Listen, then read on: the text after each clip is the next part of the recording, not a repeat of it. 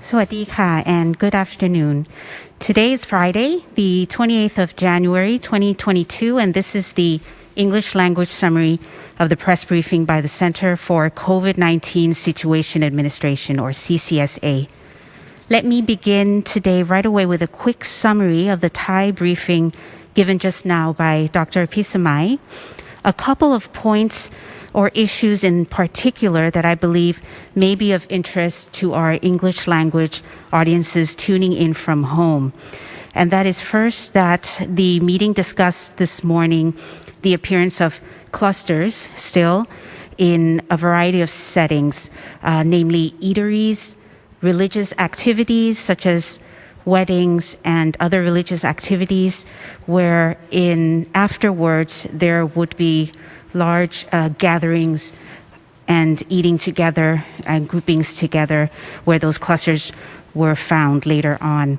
Another topic that was discussed was the issue of the appearance of some clusters in schools or school settings and the situation there. A variety of different types of schools, private schools, public schools, and in particular, one cluster in Ratchaburi province. The observations that the meeting made was that the clusters likely appeared as a result of group activities that were conducted at the school. So emphasis was made on monitoring children's health very closely and ensuring that the Ministry of Public Health and the Ministry of Education continue to work closely with all schools to ensure that they follow the proper guidelines for cleaning, isolating, or recommending isolation, testing, and of course avoiding large group activities and celebration. An emphasis was also made this morning that we do really have to make an extra effort to learn how to implement the smart living with COVID policy. And this is really ensuring that the measures we have in place and the practices we have in place do become second nature for us if we are to continue to live with and manage COVID efficiently and effectively. Let me now turn to, and this was also discussed just now in the Thai briefing, the resumed test and go scheme. We are approaching the 1st of February very soon. It's coming up next Tuesday, which is the day that registration opens once again for the resumed test and go scheme. I hope that some of the clarifications that I provided at the last briefing this past Tuesday were helpful. There were a number of lingering questions that followed that briefing, which I would like to clarify here today. And of course, if there are any more questions, I will certainly aim to clarify those on Monday coming up. So that question for today is how the test and go scheme works for fully vaccinated international travelers who would like to travel to Thailand for less than 5 days. How does that work? The answer is that those travelers planning to stay in Thailand for less than 5 days entering through the test and go scheme can certainly do so. And instead of the second RT-PCR test and hotel booking, you would only have to show or upload in the Thailand Pass a copy of your outbound air ticket, reflecting, of course, a date that falls within those 5 days of stay in Thailand. I hope that this brings some relief for those of you planning short trips to the kingdom, as the test and go scheme would basically work as it did before, with only one RT-PCR test and hotel booking needed for those who are staying less than 5 days. Again, for those staying beyond the 5 days under the test and go scheme, please do book those 2 tests and hotel stays, which again can be made in different hotels in different provinces if it suits your schedule better. And again, for those who have already received a QR code prior to the 1st of February, you can travel with that code or reapply for a new one under the resumed test and go scheme. But if you do decide to travel on the old code, you will be able to go to a government designated facility for the second test on day 5 or 6 free of charge. We have a slide coming up for you very shortly with all of the information related to the resumed Test and Go scheme. I hope that slide will come up very shortly indeed. And if it does not, you will find this infographic on the website of the Department of Consular Affairs. And there we have it. Thank you very much, team. We'll find that on the website of the Department of Consular Affairs, as it is certainly quite impossible to read through all of that very quickly on screen.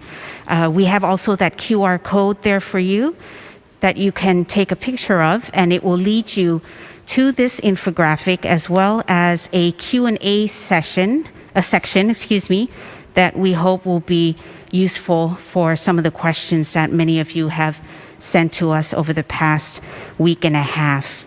So there's the QR code for you to take note of and to use as you see fit. Let me now return to our usual updates that we have for you at this briefing, which is an update on the arrival of travelers, international travelers to the country.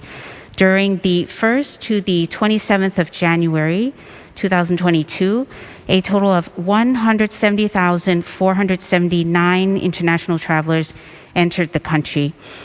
Of this number, the majority, or 69,488 travelers, continued to enter via the Test and Go or a quarantine exemption scheme.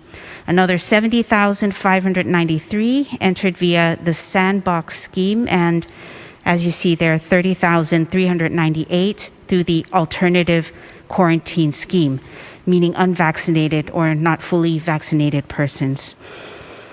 Another slide that will come up very soon, the majority of international travelers coming from these top 10 countries of origin, as you see there, during the 1st to the 24th of January, namely Russia, Germany, the US, the UK, France, Sweden, Australia, Japan, UAE, and Denmark.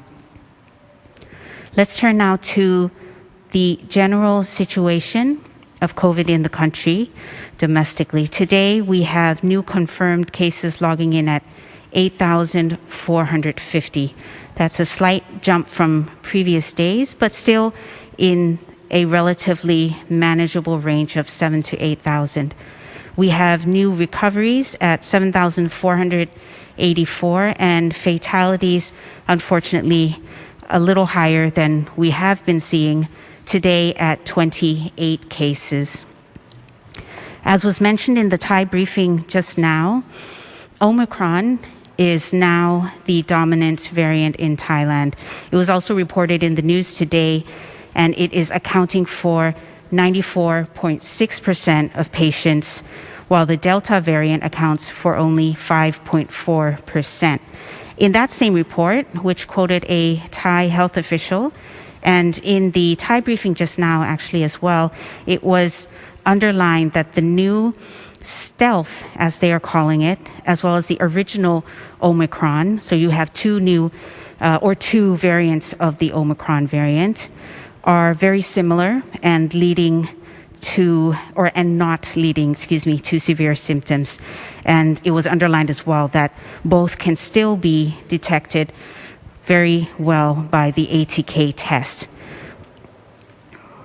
Still, we are discovering more and more each day about this variant. So for the government, erring on the side of caution is perhaps the best policy when it comes to our friends, our family, and our loved ones. So we continue to encourage everyone to continue to follow universal prevention measures for COVID-19. Let's have a look at another slide coming up very shortly, which we usually do, and that is the top 10 provinces with COVID-19 cases. There we go. We have the numbers there for you, and the top of the list, once again, Bangkok at 1,292.